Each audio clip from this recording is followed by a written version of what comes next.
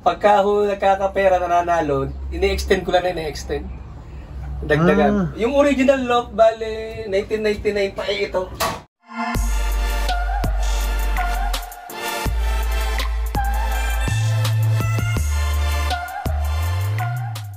Mga kalapatids, nandito ako sa Banay-Banay, Lipa, Batangas kay Boss Enzo Ronquillo ng Golden Feathers Loft. Yun. Banay-Banay, Lipa City. Welcome po sa aming loft. Bali ano to sir, yung young bird loft nyo? Opo, young bird loft po. Dali, north and south loft po ito. North and south. Opo, pwede natin puntahan. Bali ngayon po nangyari is summer and south pala ito ngayon. Summer and south. Ito po yung pang south ko. Bago ito yung sa summer. Hindi po kasi ako nakapaglaro ng north ngayon. Gawa na naialis ko yung aking north loft. Meron pa north? Opo, meron po akong loft dito dati. Naialis ko kasi akala ko makakaalis na kami ng bahay. Kasi lilipat sana kami. Kaya naialis ko. Pero mamaya may darating akong north loft. Nagpagawa ako. Lalagay dyan? Opo, nagpagawa ako ng bago na collapsible. Para makalaro po ng lugar north. nila sir dito. Opo. So ito yung mga panlaban niya ng south. So ito yung loob ng loft niya, mga kalapatids. Bali kayo na yung nag-design nito? Bali ito po idinatnang ko na sa father ko. Lumang loft pa to? Opo, bali nung unang loft po ay ito lang, maliit na to. Tapos pagka ho nagkakapera nananalo, ini-extend ko lang na ini-extend. Dagdagan. Yung original loft, bali 1999 pa ito. 99? 99. Pero hindi ito loft ng father ko, loft ito nung kumpare niya. Kasi yung loft namin sa kabila nag-iba na. So nung magbalik si father ng 2014, hiningi niya yung loft na ito. Itong area lang na ito. Then, nung 2014, idinagdag niya ito. Nung mapalipat sa akin ng 2019, dinagdagan ko na dun sa labas. Bali itong design na to 1999 pa. Opo. Kahit ito mga box perch na. Ito hindi po. Latest na ito. Latest na. Ito lang po yung natitirang original. Ito lang isang ito. Corner na ito. So yun, 1999. Mga kalapatids, kumakarera na sila. Tapos umextend na lang umextend po. Dahil nakatatlong renovation yata ito. Nung panahon na 1999, saan club kayo kasali? Nung time pong yun, ang president po is father ko. Opo, 99 to 2004. Yung po mga races namin nung araw is, bali simple lang kasi sinasakay lang po sa estribo sa bus. Pero malayo na po abot na rin kami ng Matnog noong time na yon. Bali ang race lang namin is, wala kami mga club training. Basta upisahan ni father na, race tayo. Atin mo nang Gumaka-Kalawag, Naga, Legazpi, Matnog, 6 laps. Yun lang ang race namin. Tapos, kada isang buwan kalahati, race ulit ng bago. 6 laps ng 6 laps. Dire-diretso? Dire-diretso po, ganun po nagiging. Kakaputol lang po.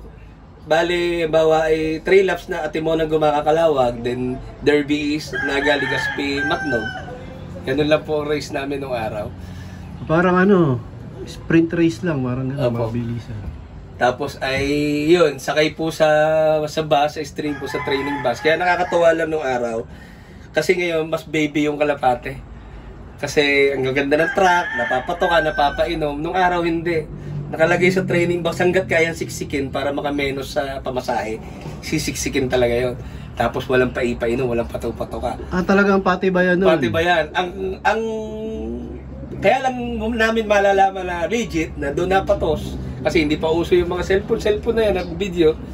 Pinakakain namin sa Jollibee or sa McDonald's yung kailangan resibo. Para resibo, makikita namin kung saan siya kumain. Yun ang nagiging katibayan. Bali ilang training box yung dala nung nun? Siguro nakaka-8 siguro training box. Tapos sasakay lang sa bus? Sasakay na sa bus, biyaheng Bicol, sa Estribo. Galing. Yun po ang diskarte ng race. Tapos dati, nausuhan din kami ng banding clock. Doon kami nakuha ng clocking system kay Bong Gutierrez yata. Hindi, pero nung una pa lang, anong clocking system ang ginamit nyo? Yung yung banding. Bali, may rubber na inaalis. May goma. Opo, nilalagay sa capsule. Then, ipapunch. Opo, ipapunch. Nung nawalan na kami ng means na gano'n, tawag na lang. Telepono na? Opo, telepono na. Yun ang naging trend ng karera namin. Tapos napatigil ng 2004 kasi medyo nahihirapan na yung mga tao sa gastos dahil wala nga mga truck, ang masahe ang mahal. Nung Matnog kami ay sumita na kami ng jeep ang per tao ay bumayad na 800 pesos per tao na. Ano nangyari? Kaya, sa karera na yun? Ano po? Sa karera yun? Opo, sa karera na paano yun. pagka yung training? Paano ang ginagawa Pag niyo? training, wala po kami mga club training. Umpisa Kanya-kanya? Opo, pagka-announce ng, halimbawa po, mga 3 weeks. Mag-a-announce, may race tayo ng Atimonan. Mag-training na kayo ng kanya-kanya. Kanya-kanya. Kanya-kanya pag training. Tapos pagdating ng Atimonan, yun, meron na kaming tagapagtos. Siya na yung nag-iintindi. Siya na yung kumbaga nag-aasikaso. sa karera na talaga yung... May raos lang ang race. Pero anong araw, kumbaga yung mga ganong karera, masaya na yung mga Opo, masaya na. passenger. Ako, napakasaya. At saka ako pagkakapanalo ng, bawa ako nanalo, lahat ng members na sa amin. Magiinom, kakain. Ang pinremyo, masaya dati. kulang pa. Kulang pa ang pinremyo sa celebration. Kumbaga yung pinanalo, kulang pa sa... Oo, kulang pa. Ay, masaya nun Ginastos kasi... sa kainan at painom. Doon ay walang mga tulad niya yung medyo mapolitik ang pagkakalapati ngayon. May maraming mga inggit-inggitan kung ano-ano. Nung araw hindi uso yung pagka yung kalaban mo yung nanalo, masaya yun. Doon tayo na Sir Reggie tayo, lipat tayo doon. Doon ang masarap na barikan. Ganun kami nung araw. Masaya. Ibig sabihin, noong araw, mga ilang pansier na yung mga nagkakarera dati? Ilang kayong pansier na yung kumakarera dati? Siguro pinakamarami ng 30. Marami na rin. Oo, nung araw. Pero hindi ganun ka... Seryoso. Oo, hindi ganun ka... Kumbaga, ano lang, Tuwa-tuwa lang. katuwaan lang. Pero nung araw ang kalapati dito nung araw ay matitindi na rin.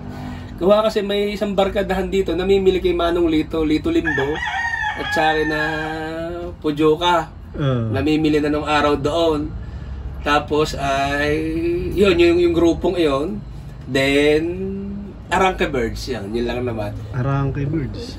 No, yung, ibig sabihin, nung meron pa kayong kasabayan ngayon na yung mga kumakarera dati. Opo, meron pa po, bali, madami pa Nung din. nag-umpisa kayo 1999, meron pa hanggang ngayon. Marami pa din, hanggang ngayon ay nagre-race pa rin. Merong nagbalikan na ulit. Meron din tumigil. Meron din tumigil. Meron namang consistent. May nagtuloy-tuloy. Ang pinaka-consistent dito ay si Kuya Eboy. Malapit lang din dito sa amin. Isa sa consistent na naglaro. Then, sina Jan Aquino. Then, sa Lemery doon, marami sa Lemery. Sa Batangas. Yung father ko naman, pagtigil niya ng 2004, 2014 na ulit bumalik. Then, napatigil ng 2016 or 17. Then ako na po nagtuloy ng 2019. 2019 ka lang ulit Opo, bali ako'y naka-experience lang po ako maglaro. 1999 to 2004, assistant ako ng father ko. Taga Walis-Walis, Bagay Lukman. Pero yung sarili kong experience kung ako nakapaglaro mismo is 2019. Yung ako na mismo lahat na nagmakialam. Baga, yung 1999 hanggang 2004. Father mo talaga. Father ko po. Saka tapos bumalik siya 2014 to 2017. Tapos napatigil. Ako na po nagtuloy ng 2019 to present.